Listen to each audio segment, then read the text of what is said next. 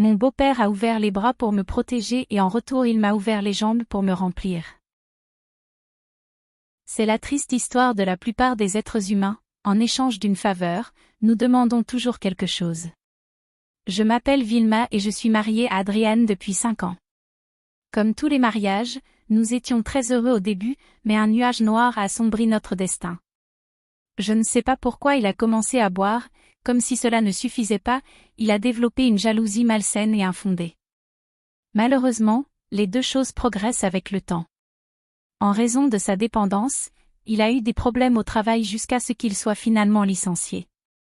C'est pour cela que nous avons dû aller vivre chez mon beau-père, don Alfonso. Le caractère de mon mari, à cause de ses problèmes, est devenu de plus en plus insupportable, au point qu'il m'a attaqué d'abord verbalement puis physiquement. Don Alfonso, mon beau-père, m'a protégé à plusieurs reprises lorsque j'étais agressé verbalement, devenant ainsi mon protecteur, mais je n'ai jamais été témoin de violence physique. Un jour, Adrian est rentré ivre. Comme d'habitude, j'étais la cible de sa frustration. Il m'a attaqué et a déchiré la robe que je portais, laissant mes seins exposés. Il n'avait pas réalisé que son père était à la maison. Don Alfonso, un homme fort d'une 50aine d'années qui travaillait dans la construction, a ouvert la porte d'un grand coup et, saisissant son fils par le cou, l'a traîné jusqu'à la porte d'entrée. Le jetant hors de la maison, il lui a dit de ne pas mettre les pieds à l'intérieur tant qu'il était sous l'influence de l'alcool. Il est revenu dans ma chambre, où j'étais assise sur le lit, à moitié nue, en train de pleurer. À son retour, il s'est assis à côté de moi et m'a fait un câlin paternel de réconfort. Je n'ai pas pu retenir mes larmes et, recroquevillée sur sa poitrine, j'ai pleuré jusqu'à ce que, me caressant les cheveux et me tapotant doucement le dos, il me contrôle un peu. Vilma, tout ira bien. Je ne peux pas permettre à Adrian de te traiter comme ça, dit-il doucement. Merci, don Alfonso. Je ne sais pas ce que je ferais sans toi, répondis-je entre deux sanglots. Adrian, comme il avait les clés de la maison, a essayé de rentrer, mais son haleine l'a trahi à son père, qui lui a fait comprendre sa position forte, « Tu n'entres pas chez moi avec de l'alcool dans l'haleine. » Il a pris ses clés. La gentillesse de don Alfonso m'a incité à lui rendre l'appareil, notamment en ce qui concerne sa nourriture et l'entretien de ses vêtements. Un jour, il m'a dit de préparer des sandwichs puisque nous allions passer la journée au bord d'un lac voisin. Allez, Vilma, nous méritons un jour de congé. Prépare des sandwichs et passons la journée au bord du lac, suggéra Alfonso avec un sourire. Nous avons passé une agréable journée à discuter et à rire de tout. Sur le chemin du retour, il m'a dit, l'alcool, comme mon fils, est très négatif, mais quelques bières de temps en temps ne font de mal à personne. Il s'est arrêté dans un magasin d'alcool et en a acheté une douzaine, précisant que nous pouvions les boire en 2 services, car 6 bières chacune seraient un peu trop fortes pour moi. Vilma, ne t'inquiète pas. Nous n'allons pas nous saouler, juste nous détendre un peu, m'a rassuré Alfonso. Quand nous sommes rentrés à la maison, il en a ouvert un pour chacun de nous pendant que je suggérais de cuisiner quelque chose pour accompagner les bières. Je vais préparer quelque chose de léger pour accompagner les bières, lui ai-je dit. Préparer des choses qui ne demandent pas beaucoup d'efforts. Rien de plus approprié que des saucisses viennoises avec du fromage frais, répondit Alfonso. Au moment où j'ai fini de les préparer, nous avions déjà fini la première bière et il en a ouvert 2 autres.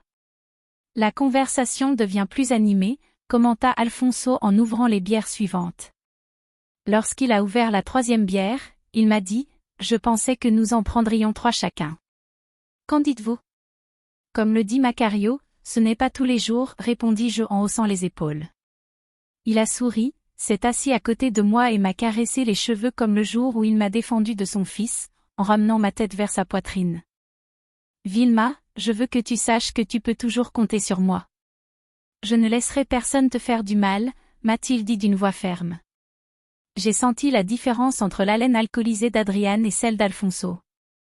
Le premier était plein d'amertume et d'agressivité, tandis que celui d'Alfonso avait un ton chaleureux et protecteur. Entre les abus de mon mari et la sécurité que je ressentais à ses côtés, nous nous sommes livrés presque inconsciemment à une romance chevaleresque différente. Alfonso était un homme expérimenté et même si notre relation était intense, il m'a toujours traité avec respect et tendresse. Ce soir-là, après la dernière bière et un dîner léger, Alfonso et moi nous sommes retrouvés dans le salon, engagés dans une conversation de plus en plus intime. La lumière chaude du coucher de soleil baignait la pièce, créant une atmosphère chaleureuse, d'une manière ou d'une autre, remplie d'une tension que nous ressentions tous les deux, mais qu'aucun de nous n'osait mentionner. Vilma, il y a quelque chose que je voulais te dire depuis longtemps, commença Alfonso, la voix pleine de sérieux. Qu'est-ce qui ne va pas, Alfonso, lui ai-je demandé en le regardant dans les yeux. Depuis que j'ai commencé à te défendre, j'ai ressenti quelque chose pour toi. Quelque chose de plus que de l'affection de beau-père. Je ne peux plus le nier, avoua-t-il, les yeux fixés sur les miens. J'ai senti sa main sur ma joue, un geste tendre qui a fait battre mon cœur plus vite. Ses doigts effleurèrent ma peau avec une douceur qui contrastait avec la rugosité que j'avais ressentie avec Adriane. Je fermai les yeux, me laissant emporter par cette caresse qui promettait plus que ce que les mots ne pouvaient exprimer. Doucement, il m'a pris par la main et m'a conduit jusqu'à sa chambre. Une fois sur place, il allume une lampe qui diffuse une lumière douce et dorée, nous enveloppant dans une bulle d'intimité. Nous nous sommes regardés dans les yeux, et à cet instant, j'ai su que nous étions sur le point de franchir une ligne sans retour. Vilma, si à un moment donné tu te sens mal à l'aise, dis-le-moi. Je ne veux pas te faire de mal, me dit Alfonso d'une voix douce. Non, Alfonso. Je veux ça. Je veux être avec toi, répondis-je, les yeux pleins de désir et de certitude. Ses mains fortes et chaudes commencèrent à déboutonner mon chemisier, chaque bouton qui se défait libérant non seulement ma peau, mais aussi le désir qui était resté en place depuis si longtemps. Le tissu est tombé au sol et j'ai ressenti le besoin de le toucher, de connaître chaque centimètre de sa peau bronzée par des années de travail et de soleil. Ta peau est si douce, murmura Alfonso alors que ses mains exploraient mon corps. Alfonso m'a attiré vers lui et nos corps se sont rencontrés dans une étreinte qui mêlait l'urgence du désir à la tendresse de l'amour qui naissait. Ses lèvres cherchèrent les miennes et quand nous nous embrassâmes enfin, ce fut comme si le monde disparaissait. Le baiser fut lent, profond, rempli d'une passion qui débordait à chaque mouvement. Je te veux depuis si longtemps, Vilma, murmura-t-il contre mes lèvres.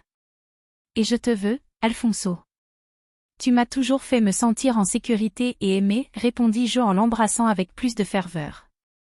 À chaque caresse, nous explorions les corps de chacun, découvrant des points de plaisir qui nous faisaient gémir d'anticipation. Ses mains descendirent dans mon dos, s'arrêtèrent sur mes hanches, puis remontèrent pour dégrafer mon soutien-gorge. Sentant mes seins nus contre sa poitrine, un soupir s'échappa de mes lèvres. Vilma, tu es belle, dit Alfonso en admirant mon corps. Il est venu me chercher et m'a porté jusqu'au lit. Il m'a allongé doucement, comme s'il avait peur de me briser. Il s'est déshabillé devant moi et j'ai pu apprécier la beauté de son corps mature, chaque muscle défini par des années d'efforts physiques. Lorsqu'il m'a rejoint sur le lit, nos peaux se sont retrouvées, cette fois sans barrière. Je veux que tu te sentes bien, Vilma. Je veux que tu en profites, murmura Alfonso alors que ses lèvres descendaient dans mon cou. Et tu aimes ça, Alfonso.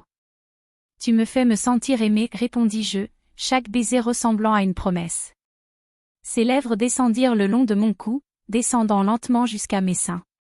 Chaque baiser, chaque coup de langue allumait en moi un feu que je ne pouvais ni ne voulais éteindre. Ses mains exploraient mon corps, apprenant mes courbes, mes points sensibles, alors que je m'abandonnais complètement à lui.